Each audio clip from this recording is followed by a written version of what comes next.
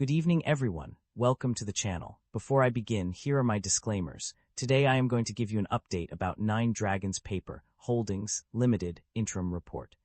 Nine Dragons Paper Holdings Limited offers a diverse range of businesses and services that cater to various industries. The company manufactures and sells packaging paper, printing and writing paper, and specialty paper products and pulp in China. The company's product portfolio includes kraft paper, test paper, white top paper, coated linerboard, bleached folding boxboard, corrugating medium, uncoated wood-free and office paper, coated duplex board, and gypsum board cover paper. In addition to these products, Nine Dragons Paper also provides container board, kraft paper bags, packaging products, corrugated sheets, cardboard carton boxes, color printing services, and laminated paper products. The company's extensive range of products and services enables it to cater to various industries such as packaging, printing, and construction. With its headquarters in Dongyuan, China, Nine Dragons Paper has established itself as a leading player in the Chinese paper industry. The stock price of ND Paper has skyrocketed by over 144% in the past year due to several key factors. One major contributor is the strong financial performance of its parent company, Nine Dragons Paper Holdings Limited. In FY 2025, the company reported a significant increase in sales volume and revenue, with net profit soaring by 177.3%. This was attributed to improved operational efficiency and robust market demand. The exceptional interim results for FY 2026 further fueled the stock price surge. The company recorded record-breaking sales volume, an 11.2% rise in revenue, and a remarkable 225.1% increase in net profit. These figures were driven by both volume growth and a 2.7% increase in the average selling price. Nine Dragons Paper's integrated pulp and paper production strategy has also been a significant driver of improved profitability. This strategy effectively mitigates the risks associated with volatile external wood pulp prices, ensuring greater stability and growth in the company's profitability. Additionally, the improving industry outlook and operational optimization have contributed to the stock price surge. Management anticipates continued improvements in industry conditions, supported by domestic demand stimulus policies and the ongoing trend of replacing plastic with paper. The company has also benefited from an optimized product mix favoring high-end paper, lean operational management, and cost control measures.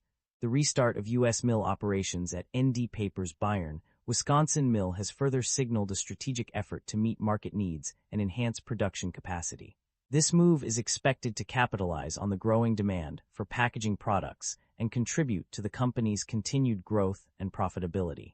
Nine Dragons Paper Holdings Limited market capitalization of $38 billion is significantly larger than the average industry peer of roughly $1 billion. This shows that Nine Dragons Paper Holdings Limited holds a significant advantage in their industry. Nine Dragons Paper Holdings Limited trades at a higher price-to-earnings ratio of 19 times and a higher price-to-book ratio of 0.68 times relative within the industry. This shows that investors are pessimistic in the industry in general, and we should dive deeper on the reason. Additionally, the stock appears attractively priced, even though it is trading at a higher price to value than it appears. We will need to evaluate if the business earnings is sustainable and if the assets are valuated rationally. Overall, we need to identify if this makes a good investment on the long term, or is it going to be an extended period of low valuation or a value trap. The leverage on the balance sheet appears elevated, with liabilities of 65% of total assets. This raises some concern, and we should examine the industry and nature of the business to determine whether they justify the elevated leverage. Liabilities have grown faster than assets and equity, which is somewhat concerning.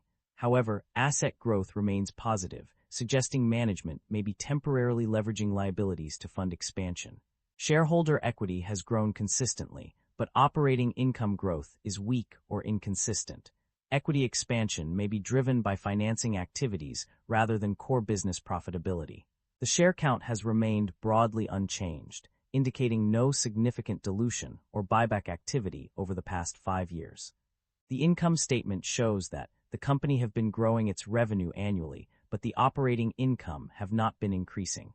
This shows that the business is under pressure with rising cost. The primary drivers of revenue growth or decline are multifaceted and influenced by various factors. On the growth side, a significant increase in sales volume of 8.3% has been observed, accompanied by a rise in average selling price of 2.7%. The sales of packaging paper have also seen an impressive surge of 8.7%, while printing and writing paper sales have skyrocketed by 40.6%. Furthermore, the introduction of positive policies by the Chinese government to expand domestic demand and promote consumption has had a profound impact on revenue growth. Additionally, the environmental trend of replacing plastic with paper has contributed significantly to increased demand for paper products. The optimization of supply side driven by the anti-involution campaign has also played a crucial role in boosting revenue.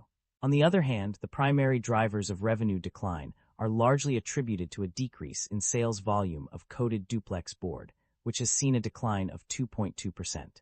This suggests that certain product segments may be experiencing market saturation or decreased demand. Net income has seen a significant surge, increasing by a staggering 225.1% compared to the previous year.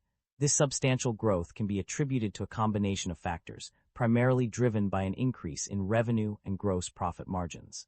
The company's gross profit margin has witnessed a notable improvement, rising from 9.5% to 14.4%. This increase in profitability is a direct result of higher revenues and better cost management. While the exact percentages for net profit margin and profit attributable to equity holders of the company are not specified, it is clear that these metrics have also seen significant improvements. The overall impact of these changes has been a substantial boost to the company's bottom line, with net income experiencing a remarkable increase. This growth can be attributed to the company's ability to effectively manage its costs and capitalize on increased revenue streams, resulting in improved profit margins across the board. The company's financial performance indicates a significant milestone. One of the key indicators of a company's financial health is its ability to generate positive operating cash flow. This means that the company is able to produce more cash from its core operations than it spends on various expenses, such as salaries, rent, and equipment. This achievement is a testament to the company's efficient management and effective operational strategies. By generating positive operating cash flow, the company can invest in growth initiatives, pay off debts, and reward shareholders with dividends or stock buybacks. This in turn can lead to increased investor confidence and improved market performance. Overall, the company's ability to generate positive operating cash flow is a strong indicator of its financial stability and potential for long-term success. The company's financial history reveals a commitment to shareholder value through dividend payments.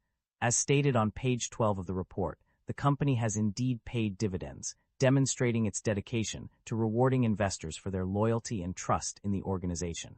This practice not only reflects the company's confidence in its financial stability, but also serves as a testament to its appreciation for its shareholders' continued support. There are valid concerns about inventory buildup or supply chain disruption in the company's operations. The data on pages 14 and 10 suggests a mismatch between raw materials and finished goods inventory levels.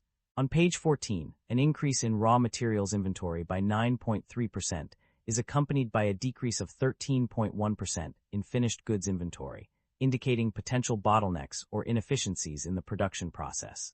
Furthermore, on page 10, there was a significant surge in finished goods, plus 547,612, and a net provision for inventory impairment of plus RMB 9178, which may indicate that the company is struggling to manage its inventory levels effectively. This could lead to supply chain disruptions or even losses due to obsolete or unsold products. While capacity expansion projects on page 20 have started production successfully, this may also be indicative of some level of disruption or buildup in the supply chain. Overall, these indicators suggest that the company needs to reassess its inventory management strategies and supply chain operations to prevent potential disruptions and optimize efficiency. That concludes the financial summary for Nine Dragons Paper Holdings Limited. Feel free to comment below, and I will be happy to answer them when possible.